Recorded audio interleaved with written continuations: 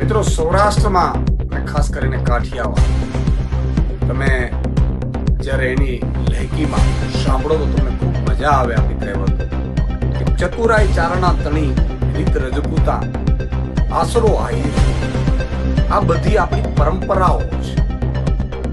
અને અંગ્રેજોની સલ્તનતમાં પણ આ પરંપરાઓ આપણી આહિર સમાજના ઘરે જાઓ એટલે આશરો તમને મળે, એવો મોંઘેરો આશરો મળે. કદાચ વટે માર્ગુ ત્યાંથી નીકળતા હોય રાત્રે, એને પણ જ્યારે આહિર સમાજનું ઘર હોય તો એને ખાવાનું હોય, રહેવાનું હોય, રાતને વાસો હોય, વ્યવસ્થા હોય, એ કોઈ ઓળખાણ હોય ને તોય આપવામાં. આ આપણી પરંપરાઓ. પણ આ અંગ્રેજથી બદતર નિકમ્મી સરકાર અને એના શાસકોએ, આ તમે વિડીયો જુઓ, આહિર સમાજના જામનગરમાં વૃદ્ધ દંપતી રહે છે.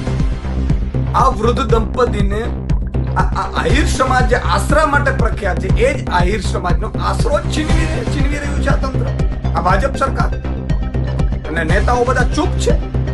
તમે જુઓ, આ ધોમ તડકા અત્યારે આપણે બેસી ન શકીએ એવી હાલતમાં આ આહિર સમાજનો વૃદ્ધ દંપતી વર્ષોથી ત્યાં રહે છે.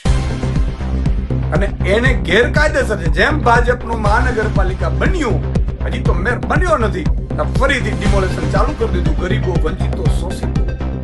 શરમ આવી જોઈએ તમને. આ ભાજપ નિકમ્મી કેટલી છે એનો આ નમૂનો છે. તમે વિચાર કરો કે આ ધમધમતા તડકામાં આ દંપતી થશે ક્યાં? અને તમે એમ કહો છો કે ચલો એ ગેરકાયદેસર છે. એકવાર માની પણ લઈએ ગેરકાયદેસર. તમે ઉદ્યોગપતિ અદાણીને હજારો લાખો એકર જમીનો આપણે આપીએ છીએ, ટોકનના ભાવે આપીએ છીએ. શું આમને એક મકાન આપણે ન આપી શકતા? જો ન આપી શકતા તો શાસન કરવાની એક મિનિટ પણ આપણે જરૂર નથી, રાજીનામા આપી દેવા. આજે તમને મજબૂતાઈથી સમાજ મત આપે છે, ભરપૂર મત આપે છે. તમે શું આપો છો સમાજોને? વિવિધ સમાજોના જ્ઞાતિના આગેવાનોના કહેવાથી તમે મત લઈ જાઓ છો ભાજપ, પણ એમને આપો છો શું? જુઓ આમની હાલત. એક વૃદ્ધ માતાને પોલીસ ટીંગાટોળી કરીને લઈ જાય છે, શરમથી માથું ઝૂકી જાય છે. મારું હું કઈ કરી નથી શકતો, કારણ કે નમાલા શાસકો, નમાલા નેતાઓ અને અંગ્રેજથી બદતર સરકાર. આ પોલીસની પણ તાકાત ન હોવી જોઈએ, કોર્પોરેશનની પણ તાકાત ન હોવી જોઈએ, અને કોઈની પણ ન હોવી જોઈએ. આવી રીતે તમારે માની લો કે ડિમોલેશન કરવું તો વ્યવસ્થા તો આપો, વૈકલ્પિક વ્યવસ્થા.